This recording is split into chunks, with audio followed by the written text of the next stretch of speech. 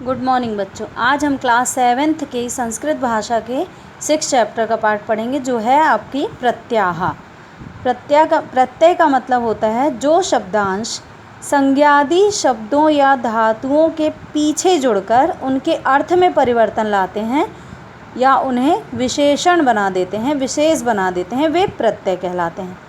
बच्चों, प्रत्यय 3 प्रकार के होते हैं: कृत प्रत्यय, तद्धित प्रत्यय और स्त्रीलिंग।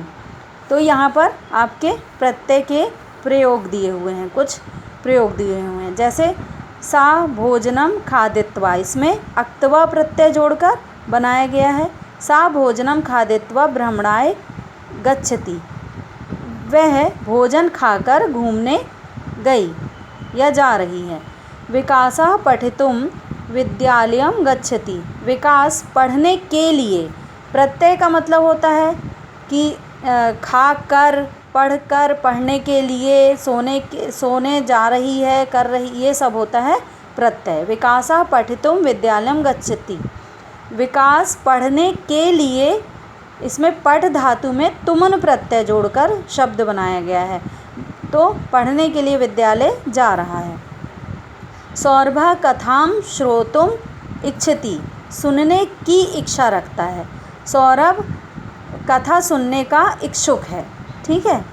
सह प्रातः उत्थाय व्यायाम करोति, सह वह सुबह उठकर व्यायाम करता है। वयम चलचित्रम द्रष्टुम गच्छामः, हम सब चलचित्र देखने के लिए जा रहे हैं।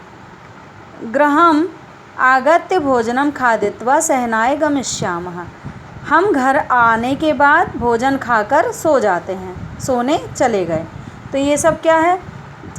पढ़ने के लिए जा रही है, जाना। श्रोतुम सुनने की इच्छा रखता है, सुनने की, बैठने की, व्यायाम करने की, सुनने के लिए, देखने के लिए, खाने के लिए, ये सब आपके प्रत्यय शब्द होते हैं। प्रत्यय शब्द में क्या होता है?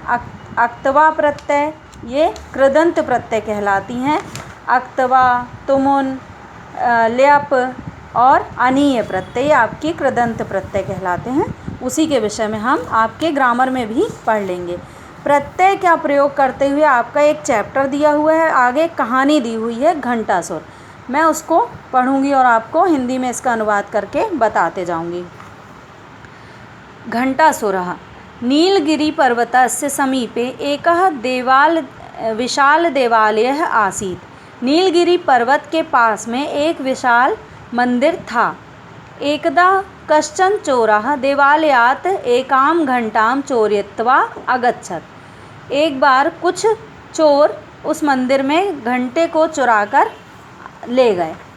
रक्षकेभ्यः भीतः सः वनं गतः तत्र च सिंहेन हतः, अपनी रक्षा के लिए रक्षा करने के लिए डर के मारे वे लोग वन में चले गए और वहाँ पे शेर ने उन्हें खा लिया या मार डाला। घंटा चा तत्र एव अपतत, घंटा वहीं पर गिर गया। प्रातः काले केचन वानराः तत्र आगत्य घंटां धृत्वा ध्वनि अकरोत्, सुबह सुबह कुछ वानर वहाँ पर आए और घंटे को लेकर ध्वनि करने लगे, मतलब घंटे को बजाने लगे। चकिताः हर्षिताः च वानराः वारं वारं घंटा ध्वनि अकुर्वन्, आश्चर्यचकित होकर और खुश होकर उन वानरों ने बार बार घंटा ध्वनि की, मतलब बजाने लगे घंटे को। पर्वतस्य समीपे ग्रामम् आसीत्, पर्वत के पास में एक गांव था। वारं वारं शिखरः प्रदेशात् घंटानादम् आकर्ण्य ग्रामवासिनः अचिन्तयन्, बार बार घंटे की ध्वनि सुनकर ग्रामवासी बहुत आश्चर्य में थे और सोच रहे थे। पर्वत प्रदेशे घंटासुर नामः दानवः वसति, उन्होंने यह आपने धारणा बना ली थी कि पर्वत प्रदेश में एक घंटासुर नाम का दानव रहता है, जो नरों को, मतलब आदमियों को खाकर घंटा बजाता है। सह नरान भक्षित्वा घंटां वादयति, मतलब आदमियों को खाने के बाद घंटा बजाता है। एतेन प्रवादेन भयभीताः जनाः अन्य मार्गे गन्तुं प्रारभत, इस प्रकार भयभीत होकर वहाँ के लोग दूसरी जगह दूसरे मार्ग से जाने लगे, वहाँ से मतलब जाना बंद कर दिया उन्होंने।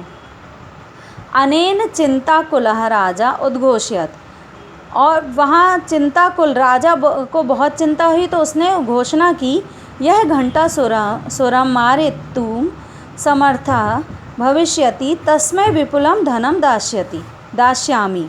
जो घंटासुर को मारने में समर्थ होगा उसे मैं बहुत सारा धन दूंगा।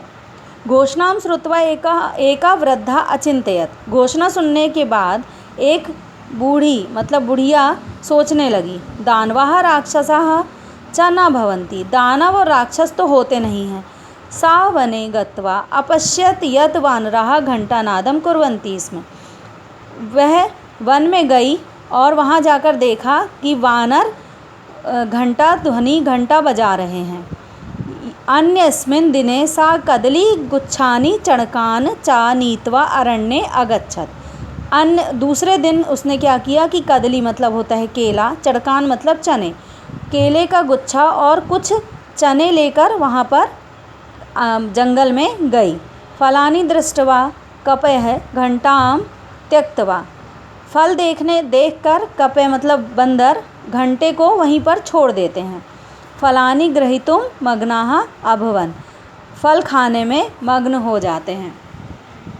सा वृद्धाः शीघ्रतया घंटां गृहीत्वा राजसभां प्राप्य अवदत्, वह बुढ़िया क्या करती है कि जल्दी से घंटे को उठाती है और राजसभा में जाकर कहती है, राजन मया घंटासुरः हतः, राजन मैंने घंटासुर को मार दिया है।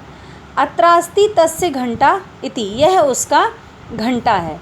तस्मिन् एव दिने घंटानादं न श्रुतः, उस दिन से किसी ने घंटे की ध्वनि नहीं सुनी। सर्वे तुष्टाः प्रसन्नाः च अभवत्, सभी यह सोचकर प्रसन्न हो गए कि वह तो मर गया। राजा वृद्धाय विपुलः धनम अयच्छत्, राजा ने उस बुढ़िया को बहुत सारा धन दिया।